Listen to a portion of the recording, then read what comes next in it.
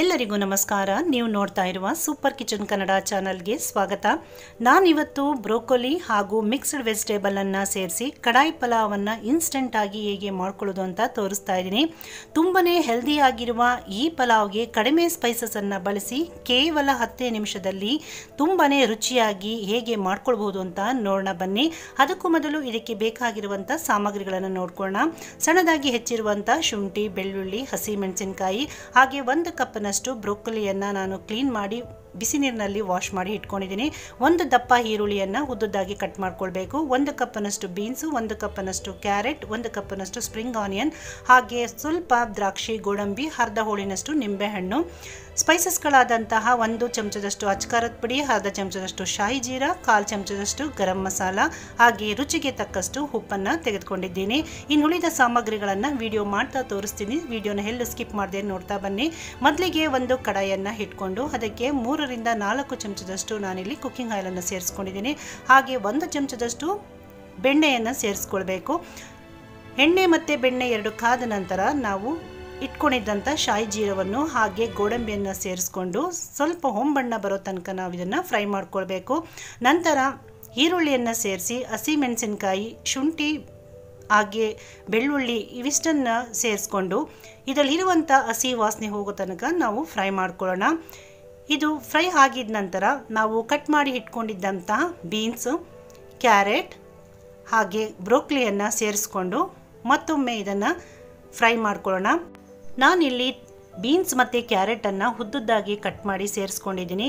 ಈ ರೀತಿ ಹಾಕೋದ್ರಿಂದ ನೋಡೋದಕ್ಕೆ ತುಂಬಾ ಅಟ್ರಾಕ್ಟಿವ್ ಆಗಿ ಕಾಣುತ್ತೆ, ಹಾಗೆ ತಿನ್ನೋದಕ್ಕೂ ಕೂಡ ಟೇಸ್ಟಿಯಾಗಿರುತ್ತೆ.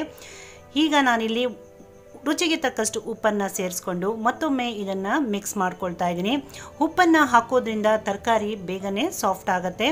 ಹಾಗೆ ಇದನ್ನು ಒಂದು ಲಿಡ್ಡನ್ನು ಕ್ಲೋಸ್ ಮಾಡಿ 5 ನಿಮಿಷಗಳ ಕಾಲ ಸಿಮ್ಮಲ್ಲಿ ಇಟ್ಟು ಇದನ್ನು ಬೇಯಲಿಕ್ಕೆ ಬಿಡೋಣ. ಬನ್ನಿ, ಈಗ 5 ನಿಮಿಷ ಆಗಿದೆ. ತರಕಾರಿ ಹೇಗೆ ಬೆಂದಿದೆ ಅಂತ ನೋಡೋಣ. ನೋಡಿ, ಈಗ ಇದು ತುಂಬಾ ಸಾಫ್ಟ್ ಆಗಿದೆ. ಇದು ತೀರಾ ಮೆತುವಾಗಿ ಬೇಯಬೇಕಂತ ಏನೂ ಇಲ್ಲ. 70 ರಿಂದ 80% ಕುಕ್ ಆದರೆ ಸಾಕಾಗತ್ತೆ. ಇನ್ನು ಉಳಿದಂತಹ ಡ್ರೈ ಸ್ಪೈಸಸ್ಗಳಾದಂತಹ ಅಚ್ಕಾರದ ಪುಡಿ ಹಾಗೆ ಗರಂ ಮಸಾಲವನ್ನು ಸೇರಿಸ್ಕೊಂಡು ಮತ್ತೊಮ್ಮೆ ಮಿಕ್ಸ್ ಮಾಡ್ಕೊಳ್ಳೋಣ. ಇಲ್ಲಿ ನಾನು ಯಾವುದೇ ರೀತಿಯಾದಂಥ ಹೋಲ್ ಸ್ಪೈಸಸ್ಗಳನ್ನು ಬಳಸಿಲ್ಲ. ಗರಂ ಮಸಾಲೆಯಲ್ಲಿ ಎಲ್ಲ ರೀತಿಯ ಸ್ಪೈಸಸ್ನ ಫ್ಲೇವರ್ ನಮಗೆ ಸಿಗೋದ್ರಿಂದ 1/4 ಚಮಚದಷ್ಟು ಗರಂ ಮಸಾಲವನ್ನು ಸೇರಿಸ್ಕೊಂಡಿದ್ದೀನಿ. ನಾನಿಲ್ಲಿ 1 ಕಪ್ನಷ್ಟು ಬಾಸುಮತಿ ರೈಸಿಗೆ ಸ್ವಲ್ಪ ಉಪ್ಪನ್ನು ಸೇರಿಸ್ಕೊಂಡು ಅನ್ನವನ್ನು ರೆಡಿ ಮಾಡಿ ಇಟ್ಕೊಂಡಿದ್ದೆ. ಈಗ ಅದನ್ನು ಈ ಮಸಾಲೆ ಒಟ್ಟಿಗೆ ಸೇರಿಸ್ಕೊಂಡು ನೀಟಾಗಿ ನಾವಿಲ್ಲಿ ಮಿಕ್ಸ್ ಮಾಡ್ಕೊಳ್ಳೋಣ. ಈ ಪಲಾವನ್ನು ನೀವು ಬಾಸುಮತಿ ರೈಸಿಂದನೇ ಮಾಡಿಕೊಂಡ್ರೆ ತುಂಬಾ ಪರಿಮಳಭರಿತವಾಗಿರುತ್ತೆ. ಬೇಡ ಅನ್ನೋರು ಸೋನಾ ಮಸೂರಿ ರೈಸಿಂದನೂ ಕೂಡ ಮಾಡ್ಕೊಳ್ಬಹುದು. ಇದಕ್ಕೆ ಯಾವುದೇ ರೀತಿಯಾದಂತಹ ಮಸಾಲೆಯನ್ನು ರುಬ್ಬಿ ಮಾಡಬೇಕು ಅನ್ನುವಂತಹ ಜಂಜಾಟ ಇರೋದಿಲ್ಲ. ಈಗ ನಾನಿಲ್ಲಿ ದ್ರಾಕ್ಷಿಯನ್ನು ಹಾಗೆ ಅರ್ಧ ಹೋಳಿನಷ್ಟು ನಿಂಬೆ ರಸವನ್ನು, ಸ್ಪ್ರಿಂಗ್ ಆನಿಯನನ್ನು ಸೇರಿಸ್ಕೊಳ್ತಾ ಇದ್ದೀನಿ. ಇವಿಷ್ಟನ್ನು ಸೇರಿಸಿದ ನಂತರ ಮತ್ತೊಮ್ಮೆ ನಾವು ಇದನ್ನು ನೀಟಾಗಿ ಇಲ್ಲಿ ಮಿಕ್ಸ್ ಮಾಡ್ಕೊಳ್ಳೋಣ. ಈಗ ಇದರ ಮೇಲೆ ಒಂದು ಲಿಡ್ಡನ್ನು ಕ್ಲೋಸ್ ಮಾಡಿ ಸ್ಟವನ್ನು ಸಿಮ್ಮಲ್ಲಿ ಇಟ್ಟು 2 ರಿಂದ 3 ನಿಮಿಷಗಳ ಕಾಲ ದಮ್ ಆಗೋದಕ್ಕೆ ಬಿಟ್ಬಿಡೋಣ.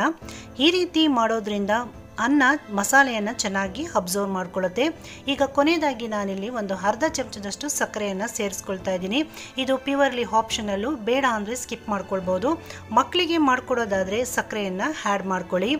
ಇಷ್ಟಾದರೆ ನಮಗೆ ಬ್ರೋಕೊಲಿ ಮಿಕ್ಸ್ಡ್ ವೆಜಿಟೇಬಲ್ ಕಡಾಯಿ ಪಲಾವ್ ಸರ್ವ್ ಮಾಡೋದಕ್ಕೆ ರೆಡಿ ಆಗುತ್ತೆ. ಬನ್ನಿ, ಈಗ ಸರ್ವ್ ಮಾಡ್ಕೊಳ್ಳೋಣ. ನೋಡಿದ್ರಲ್ಲ ವೀಕ್ಷಕರೇ, ಎಷ್ಟು ಸುಲಭವಾಗಿ ಹೋಟೆಲ್ ರೀತಿಯಲ್ಲೇ ನಾವು ಮನೆಯಲ್ಲೇ ಪಲಾವನ್ನು ತಯಾರು ಮಾಡ್ಕೊಂಡ್ವಿ ಅಂತ.